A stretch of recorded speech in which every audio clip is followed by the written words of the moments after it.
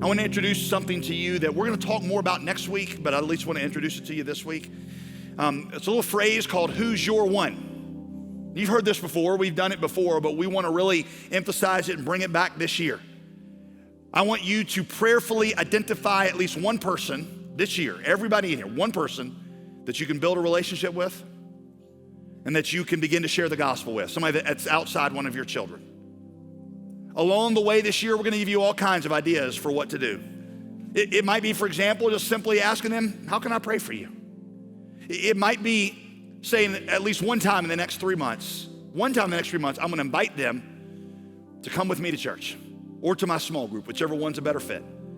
Maybe it's next week as we start to go through Romans. Like just one time this year, I'm going to ask them to, or one time in the 3 months, I'm going to ask them to come with me to worship service. It might be, I'll go into this more later, but listening for what I've heard called the 3 not statements, N-O-T. When you hear one of these 3 statements, this is your cue.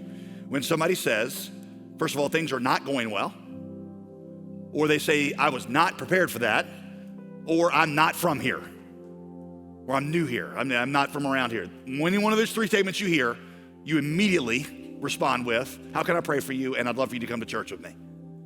Maybe it's doing what I told you last year in November. I was like, what if you committed to inviting at least one unbeliever or one unbelieving family to be in your home at least one time a month for a meal or some kind of social event, somebody from the gym, somebody from your kids' soccer team, somebody from the school.